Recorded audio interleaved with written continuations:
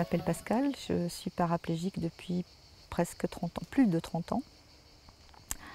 Et il m'est arrivé l'accident basique, j'allais dire, donc un chauffard qui m'a renversée. Et voilà, et puis ma vie a basculé, je me suis retrouvée en fauteuil. J'avais 16 ans à l'époque. À peu près 1 an et demi après, je me suis dit, bon ok, maintenant il faut arrêter, tu ne pourras plus jamais vivre comme avant, il faut l'accepter.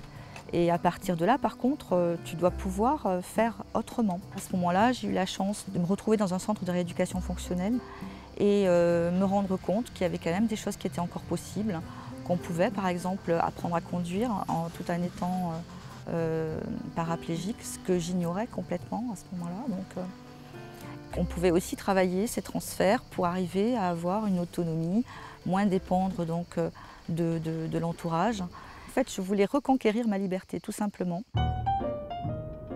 Quand j'ai eu mon permis, je l'ai eu du premier coup, ça a été vraiment un sentiment de liberté phénoménal, mais de liberté mais aussi d'égalité. Parce que quand je me suis retrouvée dans la voiture, là, je me sens vraiment à égalité avec les autres.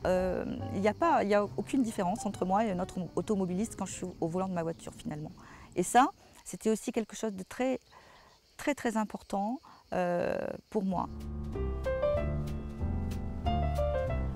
Je voyage énormément du fait de mes activités associatives. J'ai l'impression d'être tout le temps en déplacement. Je ne me pose jamais vraiment.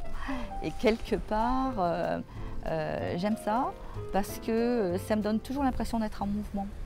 Et je crois que ça me permet de retrouver des sensations peut-être que j'avais justement avant, quand je n'étais pas handicapée. Cette sensation de mouvement permanent. D'où toute l'importance aussi de pouvoir évoluer dans un environnement accessible. Et c'est vrai que pendant des années, je me déplaçais finalement assez peu à cause de ça, parce que l'environnement n'étant pas suffisamment adapté, ça freinait automatiquement mes déplacements. J'avais peur de me déplacer toute seule, parce que de me retrouver face à des obstacles, on va dire. C'est toujours le cas aujourd'hui. La différence, c'est que je fais avec, je pars, je ne me pose pas de questions et je vois, j'allais dire, sur le moment, au jour le jour.